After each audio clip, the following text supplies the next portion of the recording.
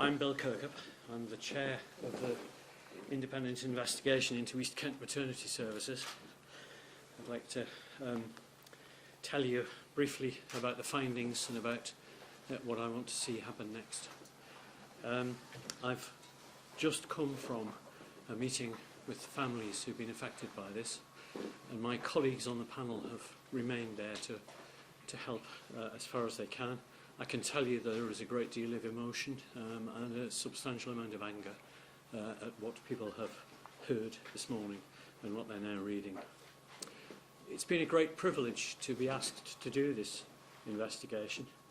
It's been a privilege to work with such an excellent panel and secretariat and to have the help of so many families that we have met and who have given of themselves to help us understand what has happened at great cost in many cases.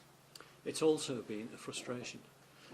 When I reported on Morecambe Bay Maternity Services in 2015, I did not imagine that I would be back reporting on a similar set of circumstances 7 years later, let alone that there would have been another 2 major maternity failures in the meantime.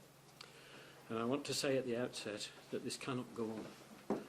We cannot go on treating each individual service failure as though it's a one-off, never to be repeated, isolated failure, because experience says if that's what we do, it'll pop up again somewhere else in the time to come. And I do not want to be in the position ever again of having some families who have been harmed telling us about service failures that the NHS should have known about first and did not.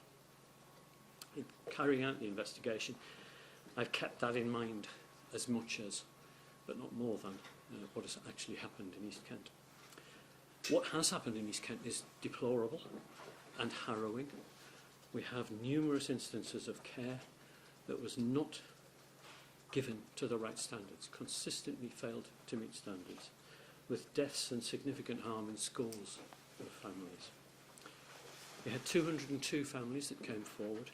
In 97, deaths, injuries or other harm could have been different if care had been given to the standards accepted nationally. In 45 of the 65 stillborn and newborn babies who died, they could have had a different outcome had care been given to the standards accepted nationally. As well as that, we found that there had been frequent instances where significant harm was caused to people's well-being by the unkind and callous way on occasions that they were treated. And some have been deeply affected by that. Many have been deeply affected by that. We haven't found that there's been a single clinical cause of the failure. What we've found is 4 underlying themes that led directly to these problems. The first is extreme failures of team working. As you know, maternity care has to be delivered by groups of professionals working together from different backgrounds, from different professions. They have to work together effectively. They did not. And there are various reasons for that, including lack of trust and lack of respect. But there is also, inescapably, the fact that professionals can sometimes get the impression that they're working to different goals. It might be to reduce the amount of intervention, or it might be to not reduce the amount of intervention. A team that works to different goals, in my view, is not a team. Secondly, failures of professionalism, of compassion and of kindness. People were dealt with rudely, arrogantly, and with hostility. And you'll find numerous examples in the report. Women were not listened to. They reported a range of things that should have been listened to. For example, that they were in labour. For example, that their membranes had ruptured. For example, that the baby's movements had altered. And they were disregarded, and that led directly to instances of harm. The same failures of compassion and listening happened after devastating outcomes, such as the death of a baby. People were treated with dismissiveness and denial. Not only does that cause people deep distress, it also prevents learning, so that the same set of mistakes kept happening over again because people were not properly looking and learning. On at least 8 separate occasions over a 10-year period, the Trust board was presented with what should have been inescapable signals that there were serious problems in the maternity unit. They could have acknowledged that, they could have investigated, they could have put it right. That started in 2010. The first instance was in 2010. But they didn't. In every single case, they found a way to deny that there were problems, to disregard, to say that on the whole services were okay or at least good enough, and they were wrong to do that. As a result of that, the pattern of behaviour and of harm continued unaltered through the entire period of the investigation till the end of 2020. It need not have happened like that. What do we do?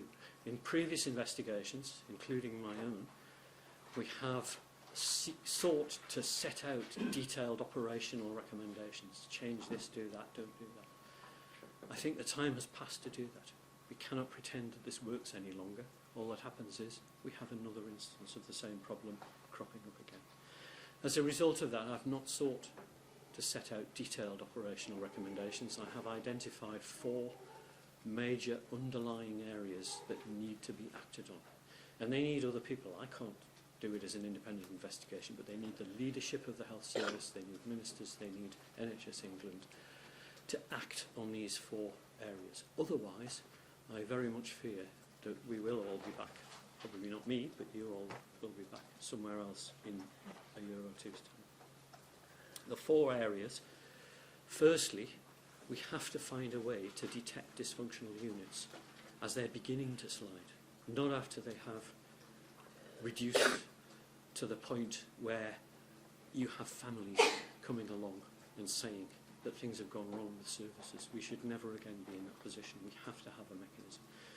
And I'm proposing a way to do that through something I would call a maternity signalling system, which takes information we largely have and which shows women, it shows clinicians, it shows trusts, and it shows NHS England where people stand on their outcomes and on their safety, and which direction they're trending, and whether the variations from month to month are random or whether they're systematic, and therefore there is a need to look. If we'd had a system like that in 2010, I believe that the problems would have been inescapable then. It's beyond time that we had one, and I think we must work on that. Secondly, I think we have to address the problems of inappropriate and uncaring behaviour that cropped up time and again in East Kent. We heard so many accounts of it. I understand, of course, that NHS staff are operating under strain at the moment. I absolutely appreciate that. But that is not an excuse for uncaring, rude or aggressive behaviour, which is what we found, and we do not believe that this is entirely restricted to East Kent. That would be a dangerous assumption. Third, I think we must have a coherent basis for team working in maternity. Maternity is, like all clinical specialties, dependent on multi-professional groups working together in a coherent team. It's probably more dependent on that than some other specialties, and yet the challenges appear to be greater in maternity. We can't escape the fact that some of that is about people picking up mixed messages about what their objectives are. Are they there to reduce the amount of intervention, or are they there to continue with the same amount of intervention or to do more intervention? You can't have a team that functions with different objectives. And finally, I think we have to address the problem of trusts responding to legitimate inquiries and questions with deflection and denial. They do this in the name of reputation management. It's a cruel practice that ends up with families, such as the ones that I've just been talking to, being denied the truth. That's a terrible thing to do to somebody on the name of protecting your reputation. I think that the current incentives for trusts clearly don't dissuade them from doing this, because it is the standard response. And there has to be a better mechanism to make sure that they don't do that. I think that I would, and I do recommend, a statutory provision for this. It's been called the Hillsborough Law in the past, but it would place, if enacted, it would place a statutory duty, a legal duty on public bodies to be truthful and not to conceal problems when they had arisen. The findings of the investigation are stark and the conclusions are shocking and uncomfortable. I thank everybody who has helped us. That includes the staff of the Trust, but most of all the families who gave of their time and a lot of themselves to help us understand what had happened. We owe it to all of them to listen, to take very seriously what has happened, and to address the areas that have been set out to make sure, for the sake of services in East Kent and wider, that these problems are eradicated. Thank you. I'm happy to take questions that you might have at the moment. We'll go through a quick list of questions, if that's all right, so we can keep going until there's an opportunity. We'll start with Michael Buchanan from BBC. Hi, Bill. You say, sorry, Thank you. Hi, Michael Buchanan, BBC News. You say that you were unable to detect any discernible improvement in outcomes throughout the 11 years of care that you were looking at. Yeah. Given that, what would be your advice to a pregnant woman in this area today who's maybe having to go into one of these hospitals in the next couple of weeks? I would say know the questions that you want to ask and make sure that you get the answers to them.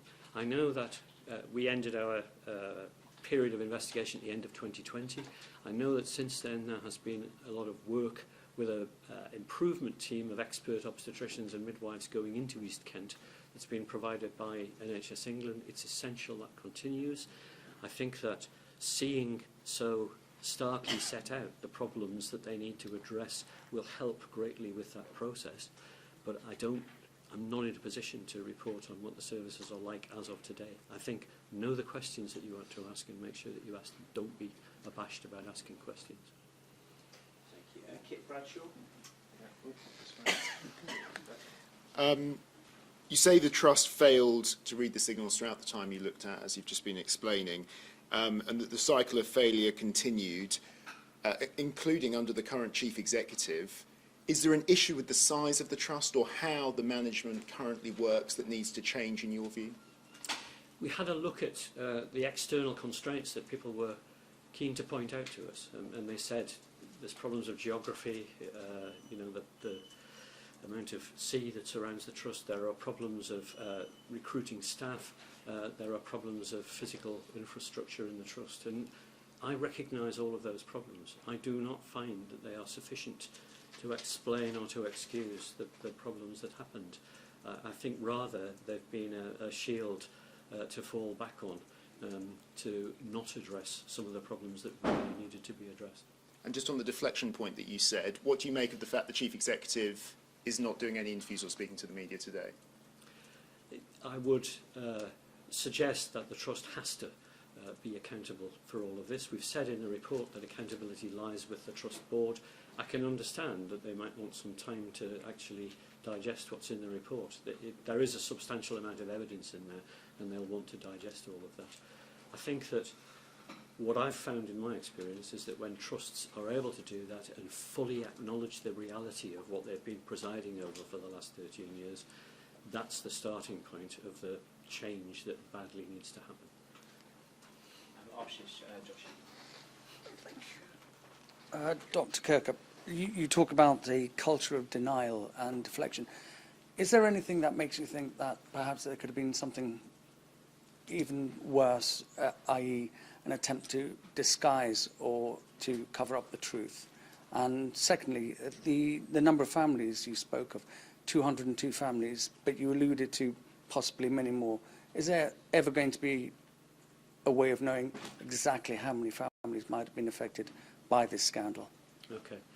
We gave people the opportunity to come forward, and we encouraged people and we made it as easy as possible to come forward. Absolutely understand that not everybody wants to do that. Everybody has to deal with these things in their own way. And I didn't want to go looking to give people information they might not have wanted.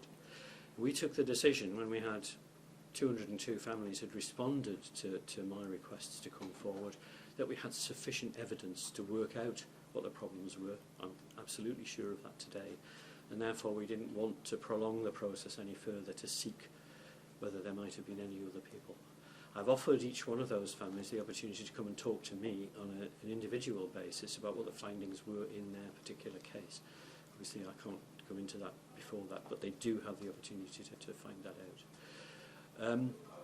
The culture of denial, we looked carefully to see whether there was any evidence of conscious collusion to do that. We didn't find any. All I can say is that their interests all aligned with telling people as little as possible and with saying things that would deflect from the problems and with not giving people the truth about what had happened. There are numerous examples in the report. I don't have evidence to say exactly how they came to that or whether it was simply a coincidence of their interests. Mark Norman. Hello, Dr. Kokup. Thank you. This trust has had untold interventions during the timescale you were looking at, not just since 2020. Department of Health, NHSE, CQC, maternity improvement programs. In 2017, they were describing their own maternity department as one of the system as one of the best in the country. How on earth are people supposed to understand what's going on when even the national bodies that are sent in with improvement directors to look at it and understand it and change it aren't doing their job, apparently? I think that's a very important part of why I want to make systems to detect trusts that are getting into difficulties, point them out, to show where they are without relying on voluntary disclosure of things. I think we all know that there is an industry in many trusts when there's a CQC inspection of how do we put the best face on everything. There are people employed literally to demonstrate the best face to the CQC. It's a problem. We have to stop trusts behaving like that. That's why I referred to the public disclosure bill that I would like to see be reinstituted.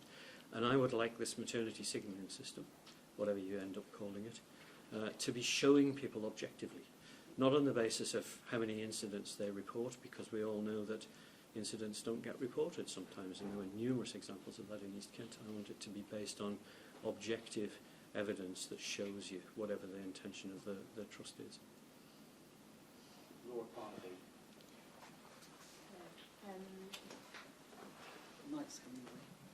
Thank you. Could you clarify, please, whether 45 babies could have or should have lived? There were 45 where, of 65, where if care had been given to the nationally accepted standards, the outcome could have been different. And are you confident that this won't happen again, or do you think that change will happen and systems will be put in place to prevent this happening again? I've just come from a meeting with the families where they very vehemently and very emotionally, understandably, asked exactly the same question. All I can say is my job as an independent investigator is to set it all out and to say where I think the problems lie. I have to understand that it's for others, it's for ministers, the Department of Health, it's for NHS England, who have the statutory levers to implement change. I would like to be involved in that process. I have established a dialogue with ministers and with NHS England. I stand ready to be involved in that if I'm asked. Thank you. To ask. Alex G. Alex G. Eleanor Hayward. When would you like to see the maternity signalling system set up? Do you think that could be done in the next few weeks or months? I think it'll take longer than a few weeks. I would hope that we would be talking about a period of, I don't know, it's hard to put a label on it at this stage, but months rather than weeks for sure. There are some technical problems to be overcome because of the nature of maternity. Lots of people have good outcomes regardless, and that is a problem. The outcomes are horrific when it goes wrong, and we have to avoid those to the nth degree as far as we possibly can. But looking at the raw data, you have these problems to overcome that 96% are going to be okay regardless. So I don't want to pretend that it's simple. It's not. These are complex problems. It's doable. I'm sure that it's doable. It has been done in other fields, for sure. But it will take a little while. It's not tomorrow. Sam Blanchard. Thank you. It's obviously quite a vast and wide-ranging report. I just wonder if you could say a bit about which aspects of it troubled you the most personally, and how it compared to what you expected when you began?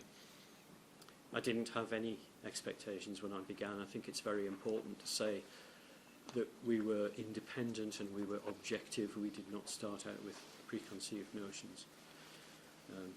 That survived meeting about half a dozen families, but that's how we started out anyway.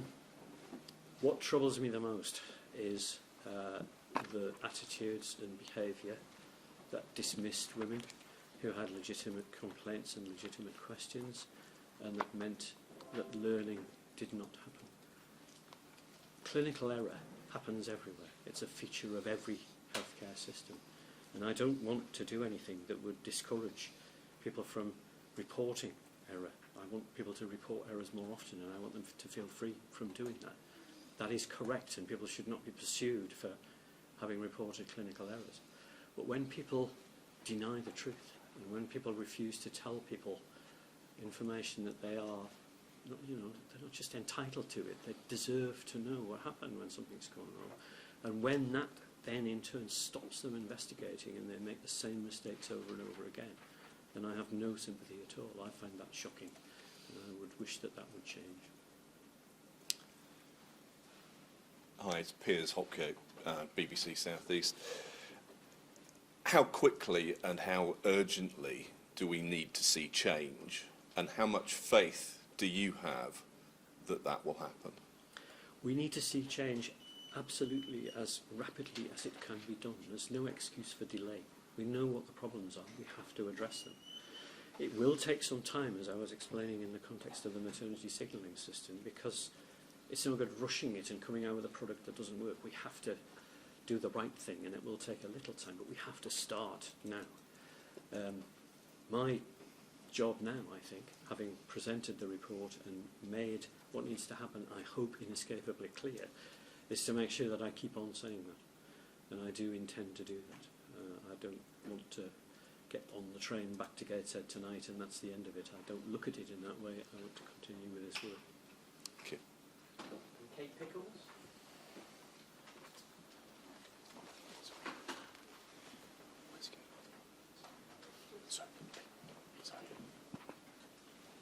Hello. Obviously, a lot of what you've said refers to uncaring behaviour in a profession that you'd expect to have the most caring people going into it. I just wondered what you think's happened to it as a service in general. Yeah, I think that's a really good question. I think it's really difficult.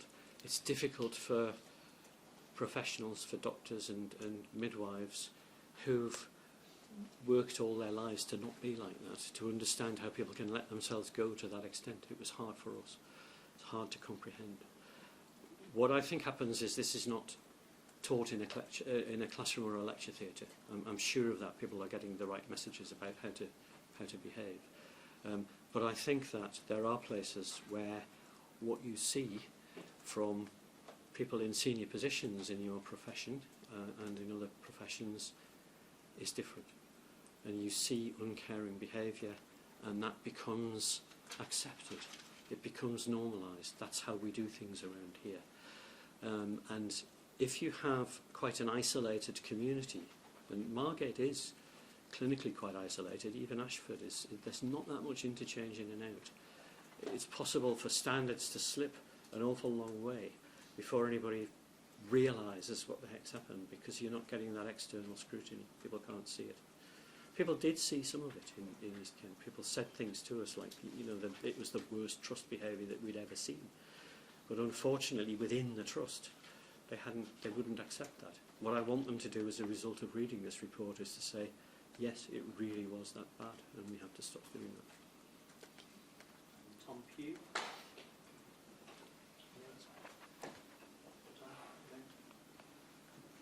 It's the scale of the challenge that the Trust faces now.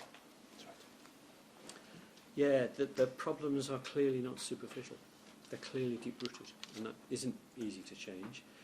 But my experience has been that actually once you confront everybody with the inescapable evidence of the reality of it, they do change. That's what I've found so far, and I want to assume, I don't want to assume, I want to be optimistic and say that's what's going to happen in East Kent. But there has to be scrutiny. There has to be a process to make sure that it does happen in the case of East Kent, as it has happened elsewhere. And I really do think that the process starts today. Emily Morgan.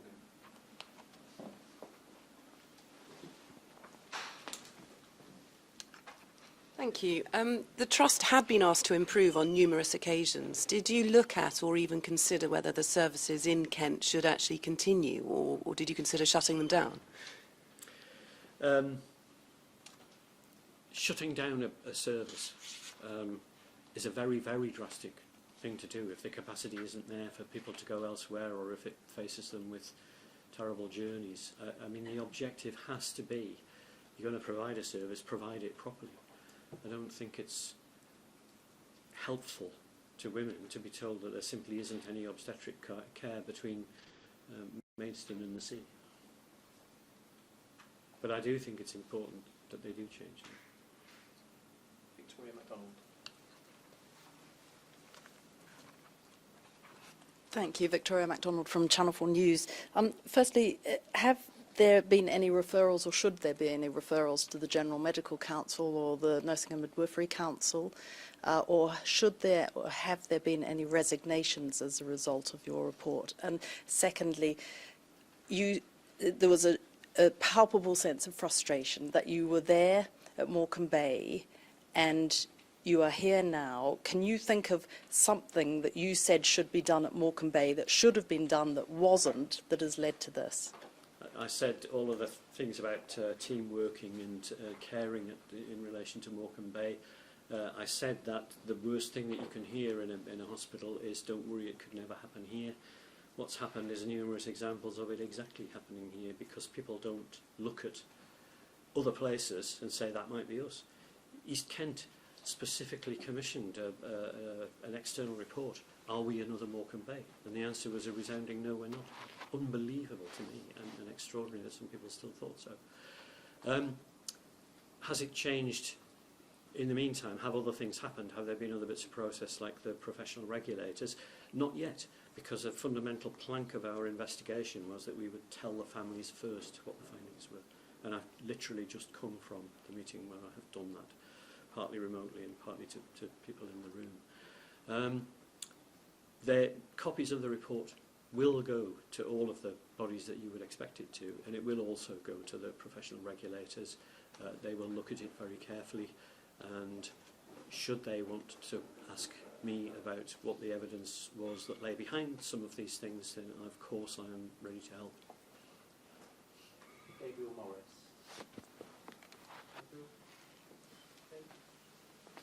Emily Jane Reed. Question's already asked. Oh, fine, no problem at all. Rebecca Thomas. Thanks, Bill. Hi, Rebecca Thomas from The Independent. You've talked about a culture of denial at the Trust and scandals exposed since Morecambe Bay. You've just mentioned the recommendations at Morecambe Bay which weren't answered, which haven't been implemented. Do you believe we have a culture of denial amongst the national bodies who are overall responsible, and do you think there's been a failure in attitude change from ministers and policymakers which have led to these subsequent scandals? I think that the recourse to reputation management as a reason for limiting information and for presenting alternative information, which is better rebuttal, it's sometimes called, I think that's pretty universal. I think that applies to a great many bodies, not just in the public sector, but particularly in the public sector. It's widespread. I've been associated one way or another with an awful lot of investigations, going right back to the Hillsborough Independent Panel, and you would find exactly the same thing happening on the part of the police in West Yorkshire and the ambulance service and others. I think it's very, very widespread, and I think the point of a public services accountability bill would be that it would incorporate all of those. It's not something specific to the health service. Thank you.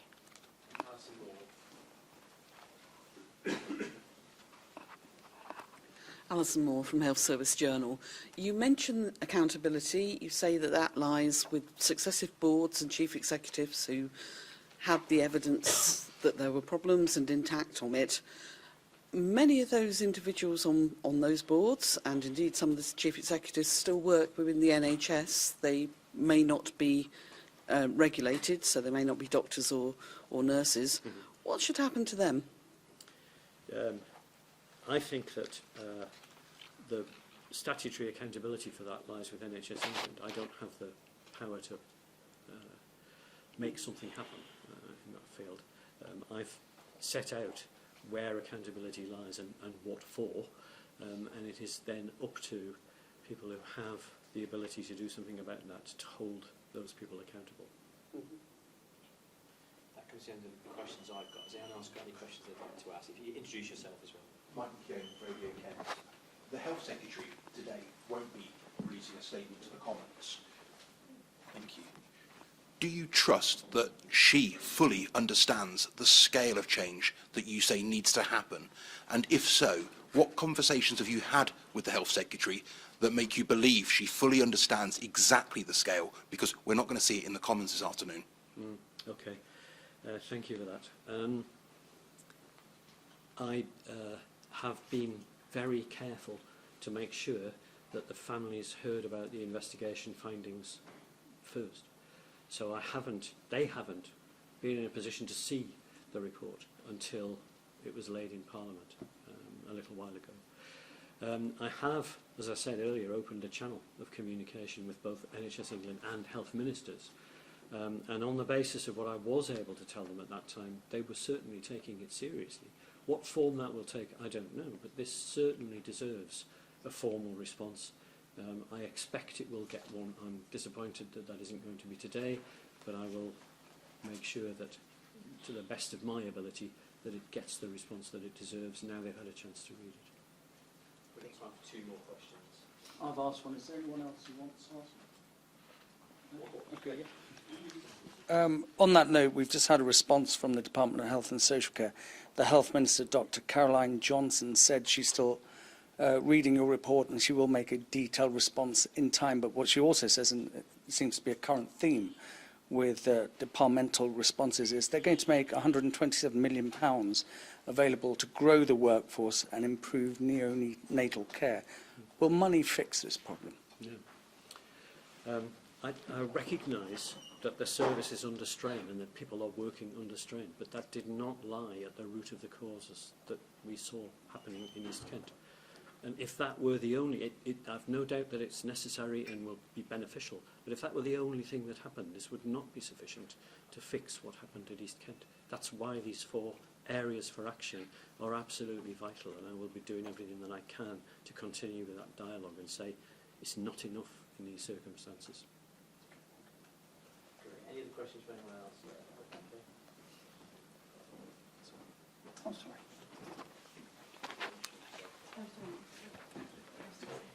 Hi. Sorry, could I just clarify the figures on maternal deaths and injuries? Because we've got the figure of 45 baby deaths. Do you know how many maternal deaths could have been avoided? Yeah, I haven't set that out in quite the same terms because maternal deaths by their nature are a rare event, and it's awfully easy for people to be identified inadvertently if I refer to numbers there. There were 97 cases of harm, injury and death in total.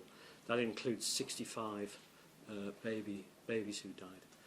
Sorry, that's not, I beg your pardon, I've confused myself. 97 cases of harm, injury and death that occurred that could have had a different outcome had the proper standards been applied. There were 45 of baby deaths where there could have been a different outcome had the same standards been applied.